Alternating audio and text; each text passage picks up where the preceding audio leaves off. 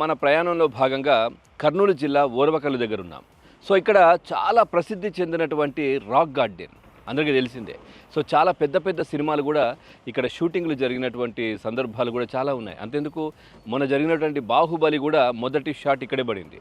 తర్వాత డాకు మహారాజ్, ఆ తర్వాత టక్కరి దొంగ, ఆ తర్వాత జయం అనేదేరా, ఇట్లా చాలా సినిమాలు కూడా దాదాపుగా 200 పైన సినిమాలు కూడా ఇక్కడ షూటింగ్ జరిగినటువంటి సందర్భం. తర్వాత ప్రకృతి చెక్కినటువంటి శిల్పాలు చాలా అద్భుతంగా ఉంటాయి. ఒక్కసారి మనం ఇక్కడ హరిత దగ్గర ఉన్నాము, ఓర్వకల్లుకు సంబంధించి హరిత దగ్గర ఇక్కడ ఉన్నాము. సో దీని దగ్గర ఇక్కడే మన ఎయిర్పోర్ట్ కూడా చాలా దగ్గరగా ఉంటుంది. ఇక్కడికే 1 to 2 kilometers 3 kilometersలో ఉంటుంది. సో ఇక్కడ మనం ఒకసారి చూడొచ్చు. సో ఇక్కడ మనం స్టే చేయడానికి దాదాపుగా 20 కాటేజెస్ కూడా ఈ హరితాలో ఉన్నాయి. సో భోజనం కూడా ఇక్కడ చేయొచ్చు, రీజనబుల్ ప్రైస్లో ఉంది. సో ఇక్కడ మనం ఒకసారి చూస్తూ ఉన్నాం. ఒక్కసారి ఇక్కడికి వస్తే కనుక మనము రాక్ గార్డెన్స్ మిడిల్లో ఉంది, రాక్ గార్డెన్స్.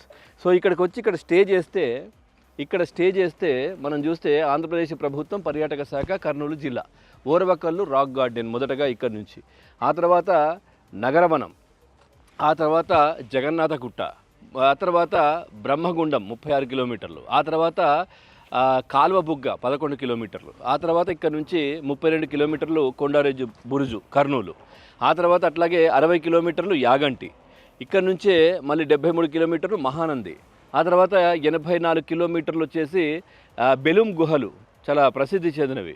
సో అక్కడ నుంచి మంత్రాలయం 113 కిలోమీటర్లు, అట్లాగే ఆలంపూర్ అమ్మవారి టెంపుల్ 54 కిలోమీటర్లు. సో ఈ విధంగా ఇక్కడ నుంచే రాక్ గార్డెన్ దగ్గర నుంచి ఒకసారి ఇక్కడికి వస్తే కనుక మనం సో ఇక్కడ స్టే చేసి హరితాలో సో బ్రహ్మాండమైన భోజనం కూడా ఇక్కడ ఉంది. సో ఇక్కడ నుంచి స్టార్ట్ అయిపోతే వీకెండ్స్లో వస్తే ఇవన్నీ కూడా కవర్ చేసి కుటుంబ సభ్యులతో పాటు స్నేహితులు ఎవరు వచ్చినా కానీ చాలా అద్భుతమైనటువంటి ప్రయాణం ఇది. సో ఇక్కడ ప్రజెంట్ మనము ఈరోజు ఈ రాక్ గార్డెన్ గురించి చూద్దాం. సో ఒక్కసారి మనం ఇక్కడ నుంచి రాక్ గార్డెన్ హరితాలోకి ఎంటర్ అవ్వగానే సో ఇక్కడ ఇక్కడ నుంచి ఎక్కడెక్కడికి వెళ్ళొచ్చు అంతా కూడా డీటెయిల్స్ ఇక్కడ ఉన్నాయి. ఆ తర్వాత ఇక్కడ మనం ఇది ఎంట్రన్స్ ఉంటుంది, రాక్ గార్డెన్స్ వెళ్ళడానికి ఎంట్రన్స్. సో ఇక్కడ కూడా టికెట్ ఇస్తారు దీనికి సంబంధించి. చూస్తున్నాం కదా, పెద్దవాళ్ళకైతే 20 రూపాయలు, పిల్లలకి 10 రూపాయలు టికెట్. సో ఇది తీసుకొని దీంట్లో నుంచి ఎంటర్ అవుతే ఇక్కడ నుంచి స్టార్ట్ అయిపోతే మొత్తం చుట్టూ తిరిగేసి దాదాపుగా 200 ఎకరాలు అట్లా ఉంటుందేమో. రైట్, ఇక్కడ అతను ఉన్నారు, మాట్లాడదాం. నమస్తే అండి.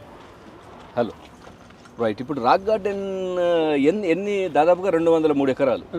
సో తర్వాత క్రౌడ్ ఎట్లా ఉంటుంది? చాలా మంది వస్తుంటారా? హాలిడేస్లలో బాగుంటుంది సార్. బాగుంటుంది, హాలిడేస్లలో బాగుంటుంది, సండే సాటర్డే బాగుంటుంది, జనాలు బాగుంటారు. సో ఇక్కడ టికెట్ కౌంటర్ ఇది, టికెట్ కౌంటర్. పెద్దవాళ్ళకి 20 రూపాయలు, పిల్లలకి 10 రూపాయలు. సో ఇక్కడ తీసుకొని అంటే నడుచుకుంటూ వెళ్ళాలి, మన వెహికల్స్ కూడా అరేంజ్ చేస్తారా? నడుచుకుంటూ వెళ్ళొచ్చు. ఎవరైనా ముస్లింలు అట్లా పోలేని వాళ్ళు ఉంటే వెహికల్ తీసుకెళ్ళచ్చు. వెహికల్ ఏది మన వాళ్ళ సొంత వెహికల్? వాళ్ళ సొంత వెహికల్. ఇక్కడ నుంచి ఏమైనా ప్రొవైడ్ చేస్తారా వెహికల్? ఇక్కడ నుంచి అయితే ఏం లేవు సార్. ఏం వెహికల్ అట్లాంటిది ఏం పెట్టలేదు? వాళ్ళు ఉంటే తీసుకెళ్ళచ్చు. వాళ్ళ వెహికల్ ఉంటే మీరు అలౌ చేస్తారు? అది వాళ్ళు నచ్చలేకుండా కొందరు ఉంటారు కదా ముస్లింలు, అట్లా వాళ్ళకైతే మామూలుగా అయితే వెహికల్ అయితే అలౌ లేదు.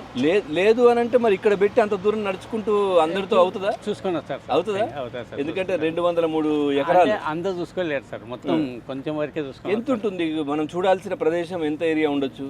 మనం చూడాల్సింది మాత్రం అంతే సార్, ఒక 100 ఎకరాల వరకే చూస్తారు. కానీ 100 ఎకరాలు కూడా పోకపోయి ఉండొచ్చు.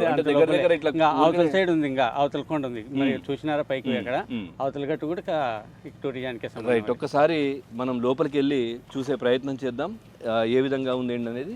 పదండి. సో ఇక్కడ నుంచి ఇది ఎంట్రన్స్, ఇక్కడ నుంచి నడుచుకుంటూ వెళ్ళొచ్చు, వెహికల్ ఉంటే వెహికల్ పైన కూడా ఇక్కడ నుంచి వెళ్ళొచ్చు.